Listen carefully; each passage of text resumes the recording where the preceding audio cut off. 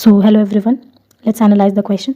If P is equals to plus, Q equals to minus, R is equals to multiply, S is equals to divide, then insert the proper notations between the successive numbers in the equation and then get the answer कि कौन सा इसमें से जो rule है वो follow कर रहा है उस चीज़ को. तो इस टाइप के क्वेश्चंस को आपको यूज़ करना चाहिए कि आप उसको ऑप्शंस के थ्रू ही आप उसको सॉल्व करो. तो 60-50-3-20-4 that is equals to 20. Okay, इसमें हम लोग बॉड मास के रूल को अप्लाई करने की कोशिश करेंगे.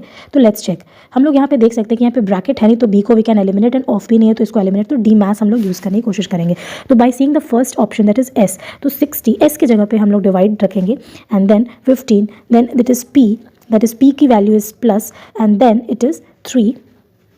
Then again it is dash, dash is for r is that multiply and then it is for 20 and then it is q is minus 4. okay, if we check this क्या हमें अपना answer मिलता है. तो 15 4 are 60 plus 30 3 into 20 that is 60 and minus 4. तो क्या ये 20 के इक्वल में आ रहा है? तो no, it is not coming 20 क्योंकि ये 60 आ रहा है तो ये ऑप्शन हमारा सही नहीं है. ठीक है, now let's check another option number B. तो फिर इसको आपको इस टाइप के क्वेश्चन को आपको ऑप्शन से ही सेलेक्ट करना पड़ेगा. ठीक है, तो then it is Q is four minus.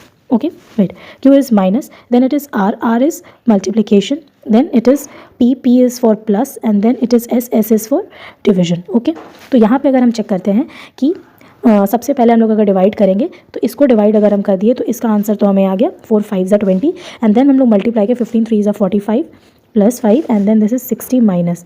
ठीक है, तो ये आ जाएगा 15 plus 5 that is equals to 20. So 20 आगे हमारा ये हमारा LHS is equals to RHS. So option number B is correct, that is QRPS.